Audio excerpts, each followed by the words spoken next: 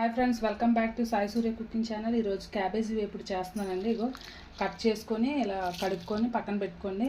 వాటి కోసం అయితే కావాల్సిన ఇంగ్రీడియంట్స్ మెయిన్ క్యాబేజీ, తర్వాత కట్ చేసి పెట్టుకున్న అల్లము, వెల్లుల్లిపాయ ముక్కలు, పచ్చిమిర్చి ముక్కలు కొన్ని, అదే ఒక 4 పచ్చిమిరపకాయలు, ఒక 4 ఎండుమిరపకాయలు, కరివేపాకు, అలాగే ఒక కొబ్బరి చెక్క, పోపు దినుసులు. ఫస్ట్ అయితే ప్రాసెస్ స్టార్ట్ చేద్దామండి. ఓకేనండి, ముందుగా స్టవ్ వెలిగించుకొని ఒక కళాయి లాంటిది పెట్టుకొని కొద్దిగా వాటర్ వేసుకుందాం. అది నేను అంటే ఉడికించి చేస్తాను, హాఫ్ బాయిల్ చేసి. డైరెక్ట్గా కూడా చేసుకోవచ్చండి. క్యాబేజీని చాలామంది పిల్లలు కానీ పెద్దవాళ్ళకి కానీ ఇష్టం ఉండదు కదా, అది కొంచెం డిఫరెంట్ స్మెల్ వస్తుంది అలా అని. సో అందుకని ఇలా బాయిల్ చేసి చేసుకుంటే చాలా బాగుంటుంది, టేస్ట్గా కూడా ఉంటుంది.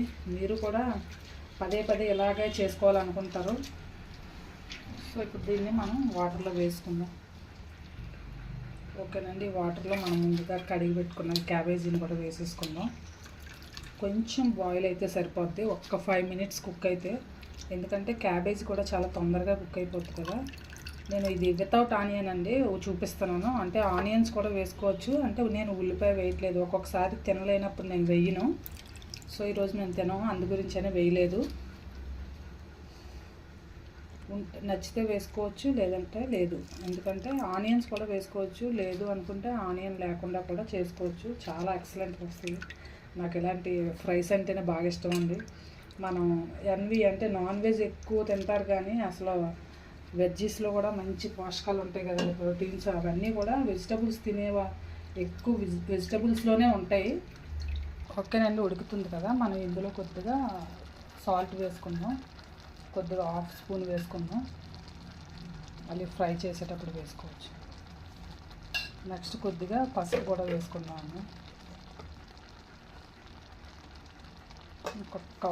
ఒక 2 మినిట్స్ అయితే కుక్ అయిపోద్ది కదా, అప్పుడు ఈ వాటర్ అంతా వంచేసుకుందాం. యాక్చువల్గా డైరెక్ట్గా అంటే ఉడికించకుండా కూడా ఫ్రై చేసుకుంటే బాగుంటుంది, కానీ అది స్మెల్ వస్తుంది అనేసి చాలామందికి లైక్ అవ్వదండి, తెలుసు కదా. సో పిల్లలు కానీ పెద్దవాళ్ళు కానీ ఇష్టపడరు. అదే ఇలా చేసుకుంటే అందరికీ కూడా తినాలని అనిపిస్తుంది. సో ఒక 2 మినిట్స్ ఉడికిద్దాం, కొద్దిగా హై ఫ్లేమ్ పెట్టుకుందాం. ఓకేనండి, ఉడికిపోయింది కదా, దీన్ని స్టైనర్తో వడకట్టేసుకుందాం. వాటర్ అంతా ఉంచేసుకుందాం స్టవ్ ఆఫ్ చేసి.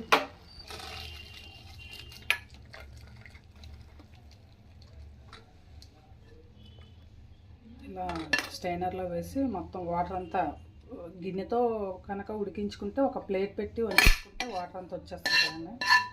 సో నెక్స్ట్ ఇంక ఇది స్టార్ట్ చేసేద్దాం. ఓకేనండి, వడకట్టేసుకున్నాం కదా, దాన్ని ఇప్పుడు అదే ప్యాన్లోని ఒక 2.5 టేబుల్ స్పూన్ అంత ఆయిల్ వేసుకోండి. ఫ్రై కదా, కొద్దిగా కూడా సరిపోద్ది. కొబ్బరి కూడా వేస్తాం కదా, ఎక్కువ అందుకని ఎక్కువ ఉంటేనే బాగుంటుంది.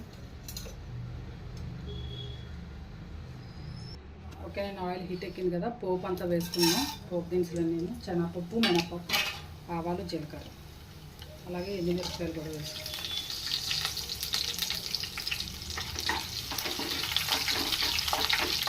వేసుకున్నాయి కదా, సో ఇప్పుడు సన్నగా కట్ చేసి పెట్టుకున్నాం కదా, ఈ పచ్చిమిర్చి కూడా వేసుకున్నాం.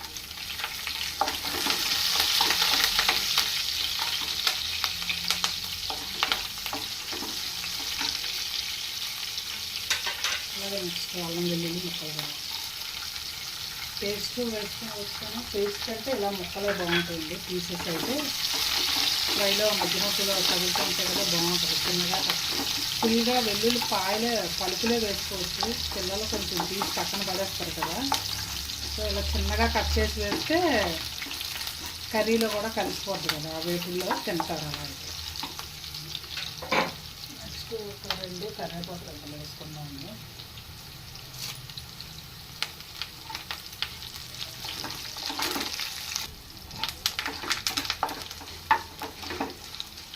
వేగుతుంది కదండి, మనం ముందుగా వడకట్టుకున్నది క్యాబేజీ కూడా వేసేసుకుందాం. ఇలా కొంచెం ఈ కలర్ వచ్చే వరకు వేయించుకోండి. ఓకేనండి, క్యాబేజీ తరుగు వేసుకున్నాను కదా ముందుగా.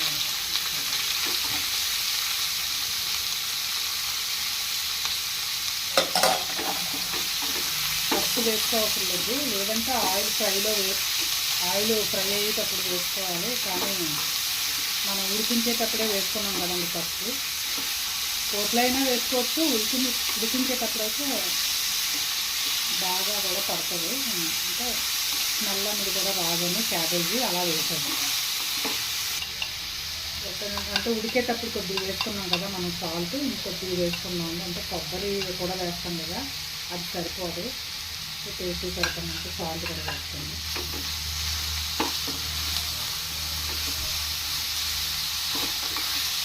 ఆల్మోస్ట్ మనం ఒక 5 minutes ఉడికించాం కాబట్టి హాఫ్ బాయిల్ అయిపోయినట్టే. క్యాబేజీ చాలా తొందరగా కుక్ అయిపోద్ది కదా, తొందరగా ఉడికిపోద్ది కదండి.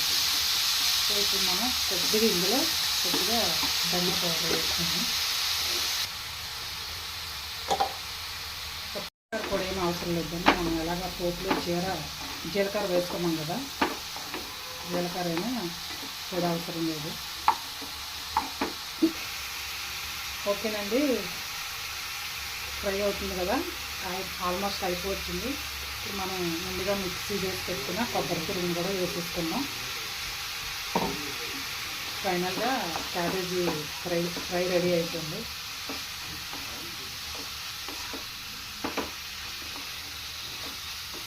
చూసారు అంత కలర్ఫుల్గా ఉంది, అలాగే తినేటప్పుడు కూడా అంతే టేస్ట్గా ఉంటుంది. బాగా ఎంజాయ్ చేసి రైస్లో కూడా కలుపుకుంటే బాగుంటుంది. అయితే చపాతీ ఏదైనా చాలా బాగా టేస్ట్గా ఎక్సలెంట్గా ఉంటుంది. రైస్ అయినా రోటీ అయినా సరే, రైస్లో కూడా పిల్లలు కూడా బాగా ఇష్టపడుతుంటారు అన్నమాట. ఫైనల్గా రెడీ అయిపోయిందండి, స్టవ్ ఆఫ్ చేసుకున్నాం. ఓకే ఫ్రెండ్స్, అయిపోయింది. క్యాబేజీ కొబ్బరి వేపుడు తయారైపోయింది. అలాగే మీరు కూడా మీ ఇంట్లో ట్రై చేయండి. ట్రై చేశాక టేస్ట్ చేసి మీ ఫ్రెండ్స్కి కూడా షేర్ చేయండి. Like and subscribe my channel. మళ్ళీ నెక్స్ట్ వీడియోలో ఇంకో వంటతో కలుద్దాం. Bye friends.